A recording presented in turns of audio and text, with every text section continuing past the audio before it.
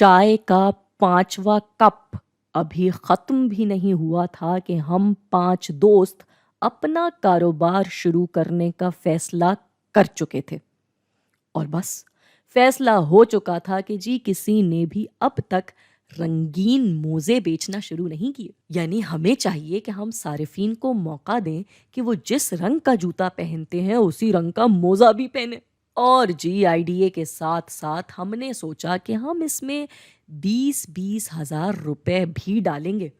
यानी फी फर्द हो गई 20% मिल्कियत। हाँ, बाकी के 5-6 लाख के लिए कोई सरमायादार ढूंढना पड़ेगा। तो बस भाई ढाबे पे निकले अपने अपने कागज और कलम और काम हो गया शुरू। अब किसी भी बड़े पैमाने वाले कारोबार को शुरू करने और चलाने के कुछ खास इक़दामात होते हैं, जैसे कि चलिए अब यही सारे इक़दामात पढ़ते हैं मुख्तलिफ वीडियोस में बारी बारी।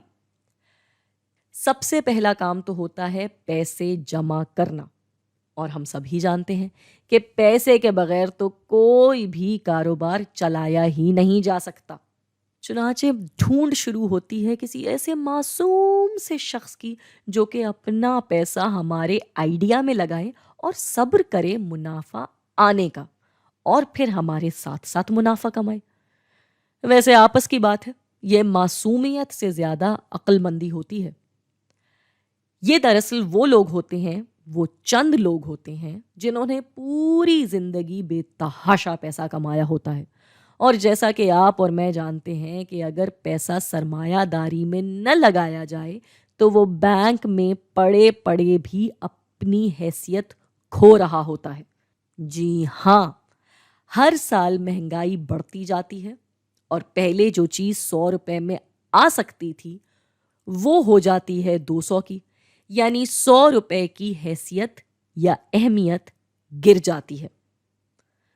तो ऐसे लोग अपना पैसा सरमाए में लगाते हैं और उसके ऊपर पैसा कमाते हैं। कुछ मुल्कों में ऐसे लोगों को एंजल इन्वेस्टर्स कहा जाता है, यानी फरिश्ता कहा जाता है। बस इनका मिलना ज़रा मुश्किल होता है। और ये सब काम ऐसे करता है कि मिसाल के तौर पे हम गए एक एंजल इन्वेस्टर के पास, हम गए मुख्तलिफ एंजल इन्वेस्टर्स के पास, जिनमें से शायद 10 में से 9 ने तो हमारे मुंह पे दरवाजे बंद कर दिए, मगर 10वें ने हमें अपने पास बिठा लिया। उसने हमारा पूरा आइडिया सुना और फिर कहा कि मुझे नहीं लगता कि ये आइडिया ऐसा है जिसको शुरू होने के लिए 5 लाख रुपए चाहिए होंगे। मैं आपको 1 लाख रुपए दूंगा।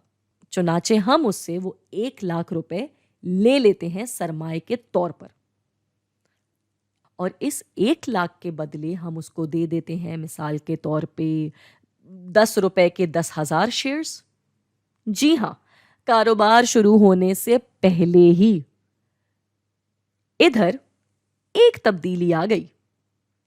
कैश तो हमारे पास आया ही आया, उधार भी आ गया, मगर अगर आप गौर करें तो इस कारोबार में सरमायादार ने भी उतना ही पैसा लगा दिया जितना कि हम दोस्तों ने लगाया था। और यूं अब मेरी मिल्कियत 20 के बजाय हो गई 10%।